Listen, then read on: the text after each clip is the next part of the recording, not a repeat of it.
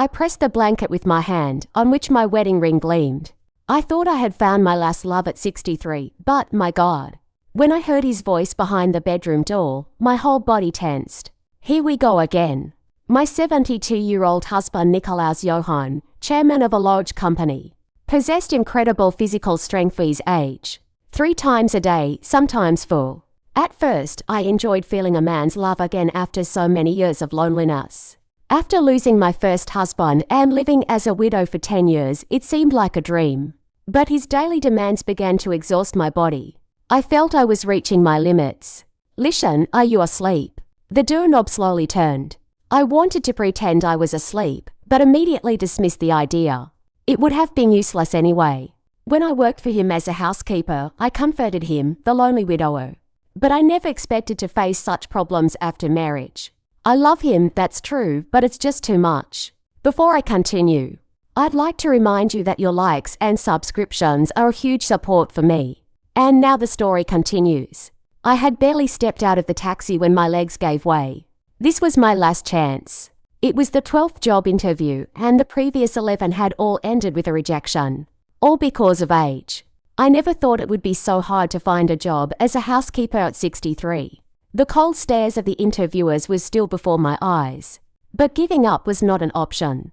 My husband had died 10 years ago, the children had grown up and moved away. And when I was left alone, work was a necessity for me. The pension alone couldn't pay for the apartment and life. Standing in front of the villa, I felt my heart beating.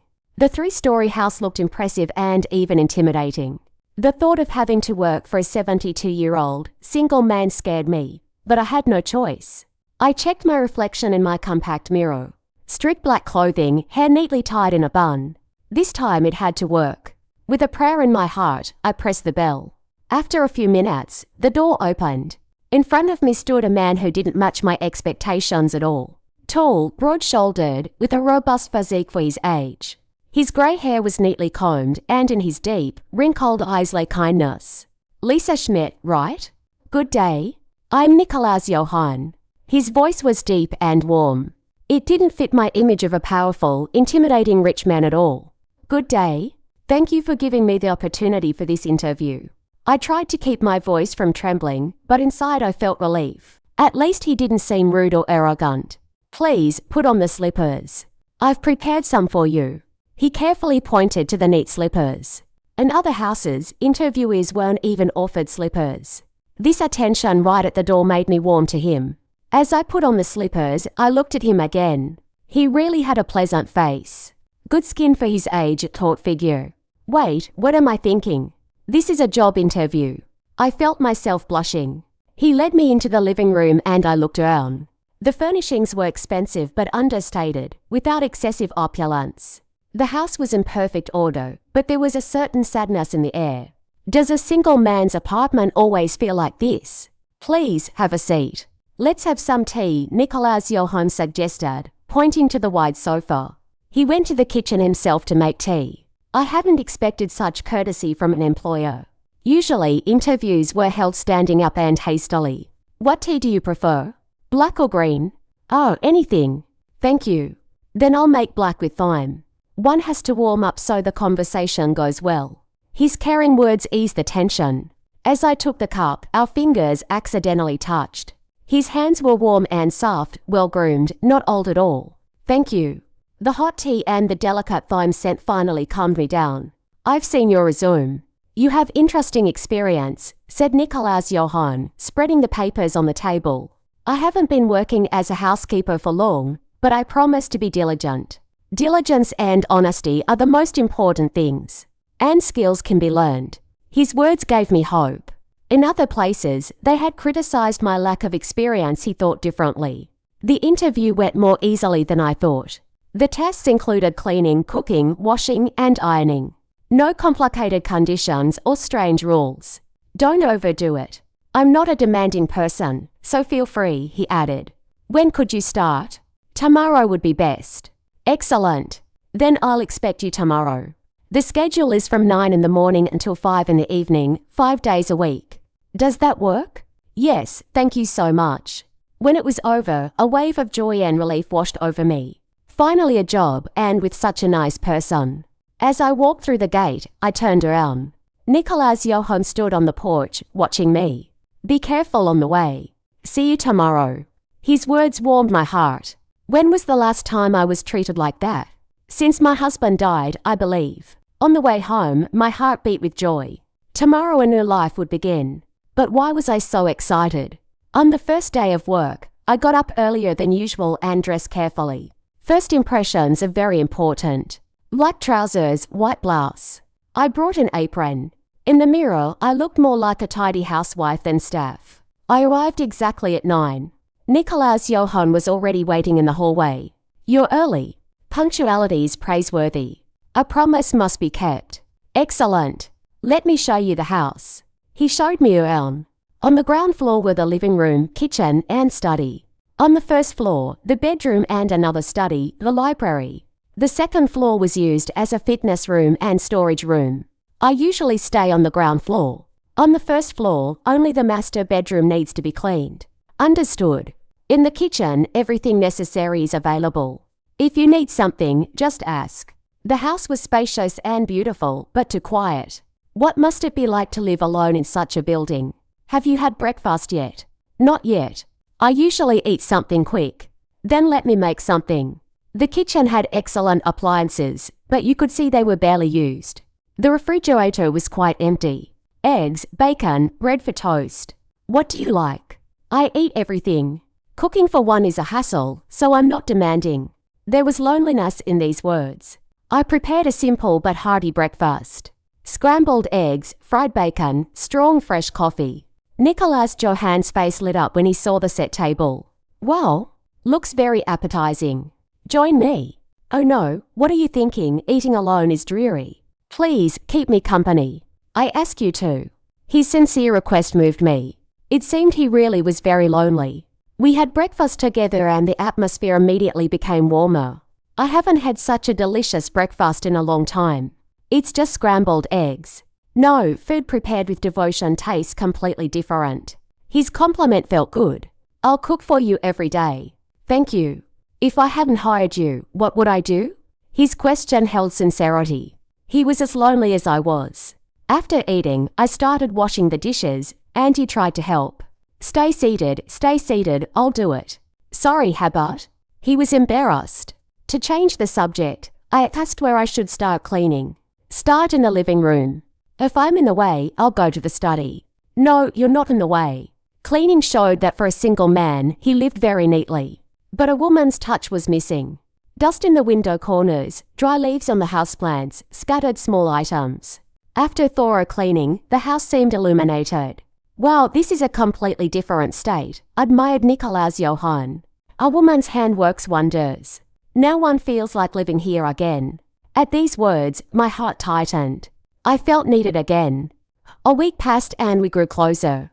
Every morning we had breakfast together, sometimes we drank tea and chatted.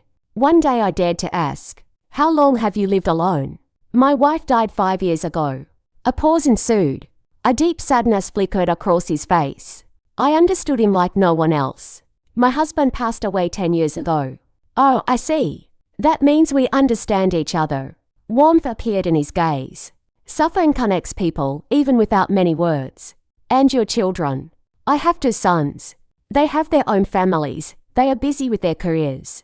I try not to impose. That is wise. They invite me, but I don't want to disturb the boys. In his words lay the longing of an old man in a huge, empty house. Nicholas Johann decided to change the subject. Lisa, how do you cook so deliciously? Learned it when I cooked for my husband and children. Back then it seemed routine, now they are pleasant memories. I envy you. I always only ate what my wife cooked. It's never too late to learn. Cooking isn't hard, is it?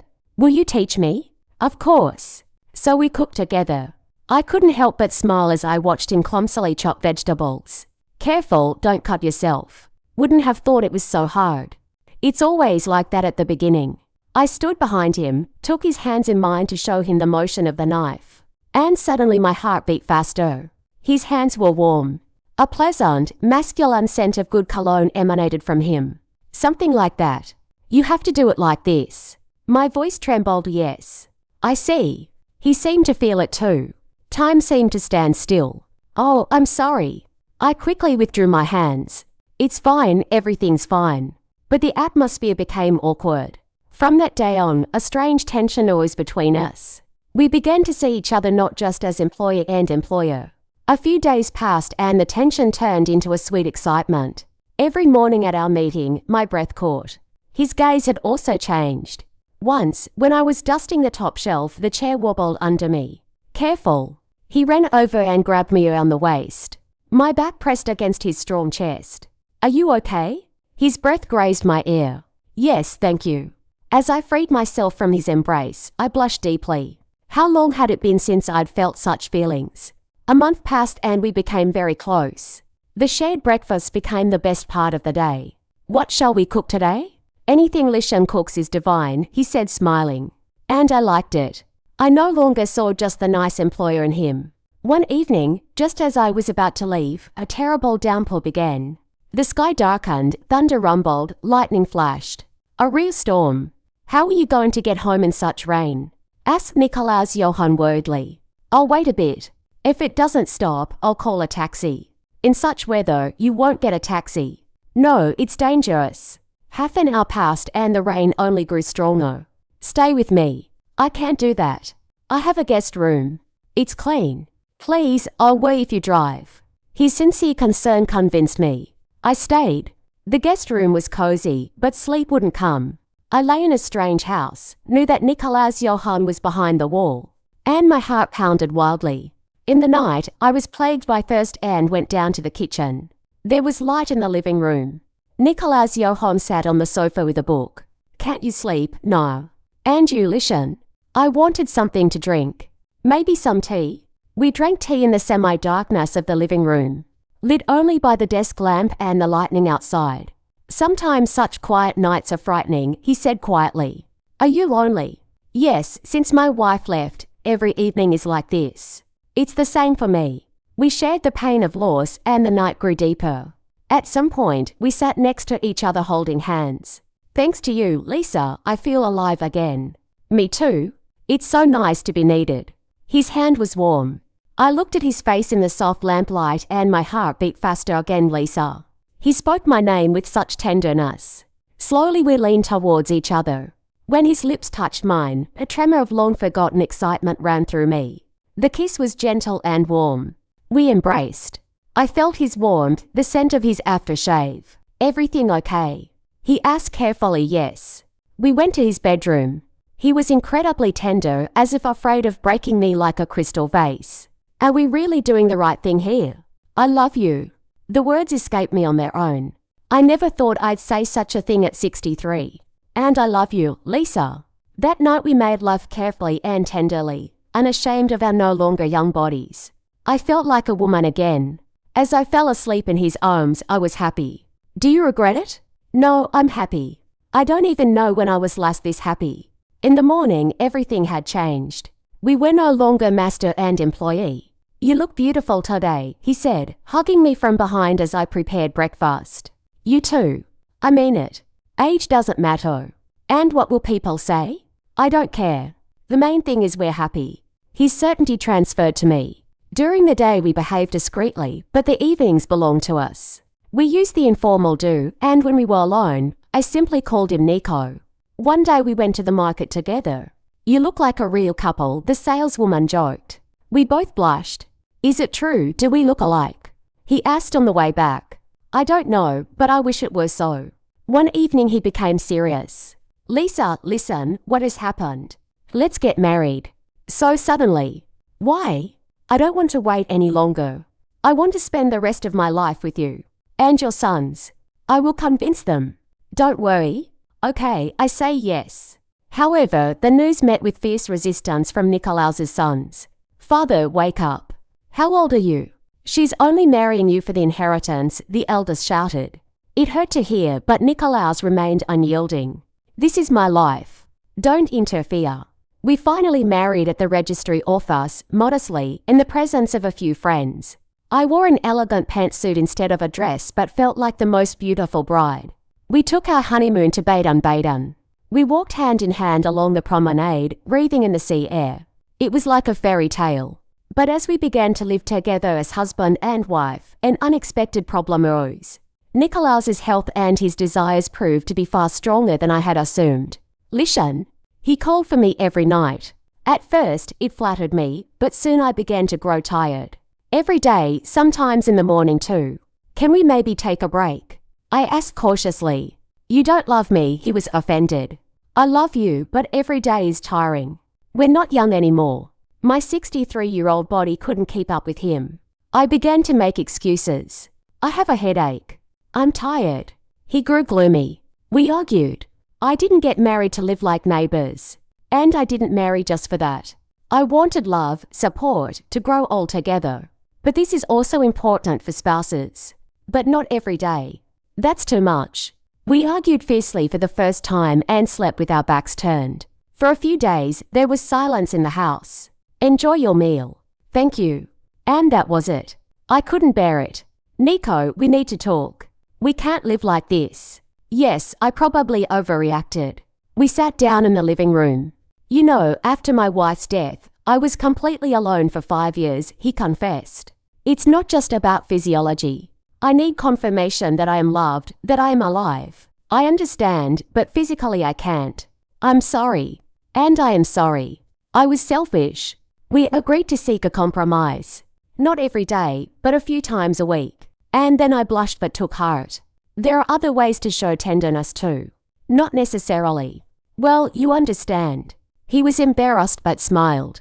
At our age. Age is no obstacle to imagination, I laughed. This conversation brought us even closer. We learned to understand each other's needs. Life settled into quiet, happy rhythms. We drank coffee, watched TV, went for walks. The simple pleasures proved to be the most valuable. How wonderful that I married you. And I'm glad I married you. People on the street noticed our happiness. What a harmonious couple you are. In spring we planted flowers together in the Dutch garden. You have golden hands, Lisa. That's because we do it together. We made plans for the future. Let's travel. Where? Maybe to Rothenburg ob der Tauber. Stroll through the old alleys, look at the churches. Gladly. In Rothenburg ob der Tauber, we walked hand in hand like teenagers. Thank you, Lisa. For what? For teaching me to love again. At home, our nights became quiet and full of deep tenderness, without passion but with great warmth. One day, Nicolaus's elder son came to visit. He seemed embarrassed. Father, how are things here? Excellent. All thanks to Lisa. You've really changed, become younger. The son now looked at me without the former hostility. Good day, Lisa Schmidt. I'm glad Papa is happy. Forgive my earlier words. It's all right. After the family's acceptance, I felt complete contentment. Sitting by the window in the evening looking at the moon, I thought, who would have believed that at 63 I would find such love? That my life would find meaning again. We proved that love knows no age. To care for each other, to hold hands, and to walk together until the end. Isn't that true happiness? That ends the story. If you have listened to the end, write listen with pleasure in the comments. That would support me greatly. Thank you.